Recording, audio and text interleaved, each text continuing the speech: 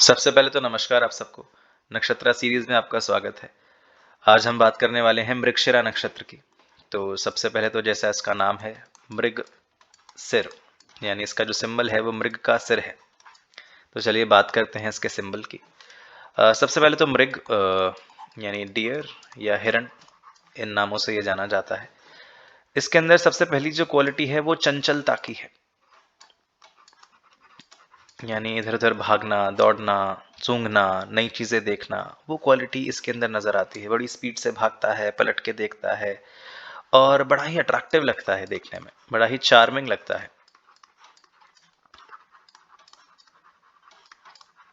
इसके अलावा इसकी थोड़ी एक्सप्लोरिंग नेचर होती है, इधर उधर चीजों को सूंघना और देखना, ढूंढना, वो इसके अंदर नजर आती है।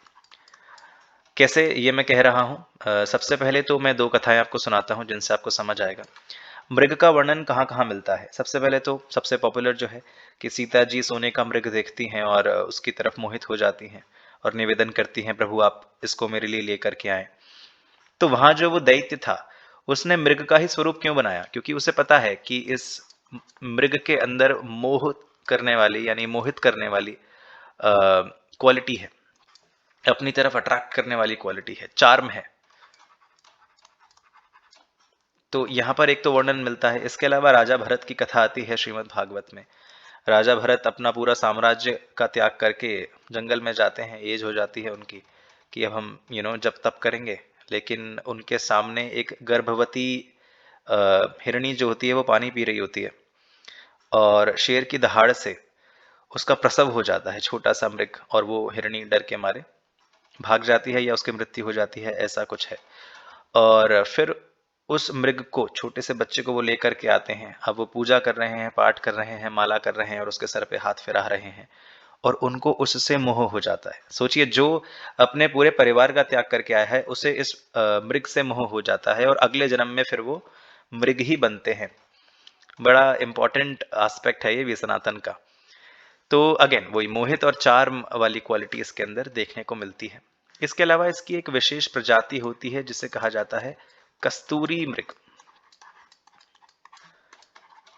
कस्तूरी मृग क्या है? एक विशेष प्रकार का मृग है जिसकी नाभि के अंदर एक सुगंधित द्रव्य मौजूद होता है और ऐसा कहा जाता है कि बड़ी ही मोहक उसकी खुशबू होती है।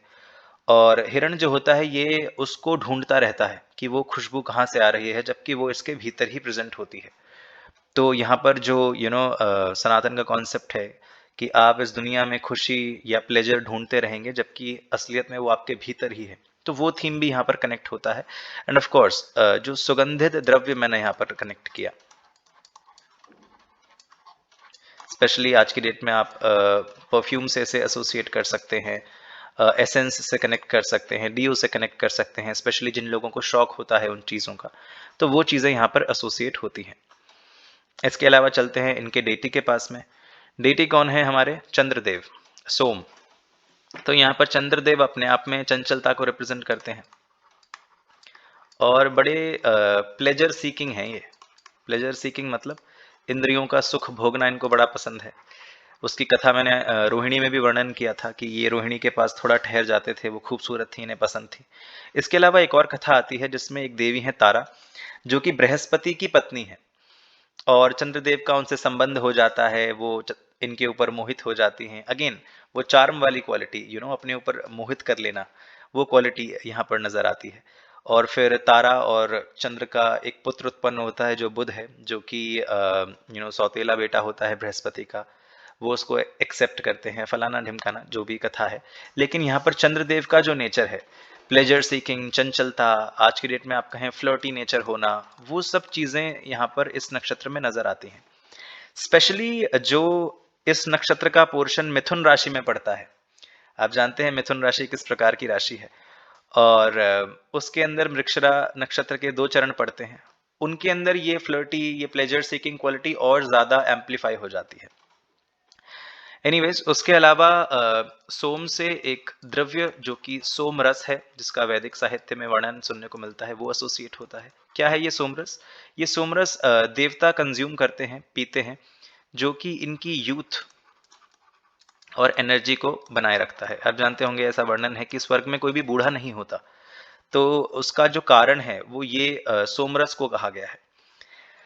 इसके अलावा जितनी भी औषधियाँ, जितनी भी वेजिटेशन, जितनी भी सब्जियाँ, फल इस पृथ्वी पर मौजूद हैं, उनके अंदर जो रस है, रस 2 तरीके से हो सकता है। एक तो रसस्वाद हो गया और एक हो गए उसके औषधीय गुण।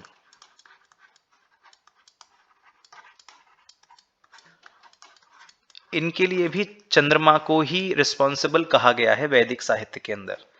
आप जानते हैं नॉर्थ में एक बड़ा ही प्रचलन, एक प्रथा है यहाँ पर, जिसमें शरद पूर्णिमा की रात को खीर बना करके उसे चंद्रमा की रोशनी में रखा जाता है और कहा जाता है कि वो विशेष प्रकार के पोषण से उसमें सम्मिलित हो जाता है, मतलब विशेष प्रकार का पोषण उसके अंदर आ जाता है। तो वो चीज यहाँ पर एसोसिएट होती है। एसेंस, मैंने पहले भी कहा, परफ्यूम, और ये क्वालिटी जो है विशेष न्यूट्रिशन की, ये सब चीजें मृगशिरा से एसोसिएट होती हैं। नेचर किस तरीके का है वो तो मैंने आपको बताया, चंद्रदेव से आप एसोसिएट कर सकते हैं, लेकिन मृगशिरा एक्चुअली कनेक्ट होता है परफ्यूम से, एसेंस से, सुगंधित द्रव्यों से, और जो भी आपको फल सब्जियों के अंदर न्यूट्रिशन देखने को मिलता है, स्वाद मिलता है, वो सब क्वालिटीज मृगशिरा नक्षत्र से कनेक्ट होती हैं। अच्छा हाँ, इसके अलावा एक प्रश्न मेरे पास में आया एक सज्जन का, उन्होंने कहा कि आपने रोहिणी नक्षत्र को वृषभ से कनेक्ट किया, बैल से कनेक्ट किया, जबकि उसकी योनि तो सर्प की है। तो मैं यहाँ कहना चाहूंगा कि जो योनि होती है उसे हम विशेष यूज करते हैं सेक्सुअल कंपैटिबिलिटी देखने के लिए, जब आप कुंडली मिलान कर रहे हैं। मैं यहाँ पर टेक्निकल चीजें नहीं डिस्कस करना चाहता, नॉर्मल जो नेचर है, जो क्वालिटीज है, वही डिस्कस करना चाहता हूँ। मैं आपको बताऊं, जो मृगशिरा नक्षत्र है यहाँ पर भी इसकी जो योनि है सर्प की है। तो यानी सर्प होने से रोहिणी के जो जातक है और मृगशिरा के जो जातक है, उनके बीच में sexual compatibility obviously opposite gender के अंदर बहुत अच्छी देखने को मिलेगी। लेकिन इसको एसोसिएट किससे करूंगा मैं? अब मैंने जितना पढ़ा और आप देख रहे हैं, मृगशिर नाम है इसका, तो इसको मृग से ही एसोसिएट करके देखा जाएगा, जबकि इसकी योनि सर्प की है। ऐसे ही रोहिणी में मैंने जितना मुझे समझ आया, जितना मैंने पढ़ा है, उस हिसाब से मैंने उसे वृषभ से कनेक्ट किया। नो डाउट कि जो सर्प या सांप हैं, उनका जो एक करिज्मेटिक होता है, एक वियर्ड करिज्मा होता है, और अपनी तरफ अट्रैक्ट करते हैं वो, और उनका जो एक बड़ा ही वियर्ड और मिस्टिक नेचर है, वो चीज आपको रोहिणी में देखने को मिल सकती है, और इवन मृगशिरा में देखने को मिल सकती है। पर जो मेन फोकस यहाँ पर रहेगा मृगशिरा में स्पेशली, वो मृग के ऊपर ही रहेगा, भले ही इसकी योनि सर्प की हो। तो रैप अप करते हैं इसको। बताइएगा कैसा लगा आपको वीडियो, और क्या चीज़ें समझ में आई, या विशेष आपको कहीं पर इसका प्रभाव देखने को मिले मृगशिरा का, स्पेशली जातक के ऊपर शुक्र का प्रभाव अच्छा खासा हो, और बुध का प्रभाव हो, और फिर मृगशिरा नक्षत्र आ जाए, तो आपको ये क्वालिटीज एम्पलीफाई होती हुई नजर आ जाएंगी। चलिए मिलते हैं नेक्स्ट वीडियो में, जिसमें हम बात करेंगे आर्द्रा नक्षत्र की। तब तक के लिए बहुत बहुत धन्यवाद।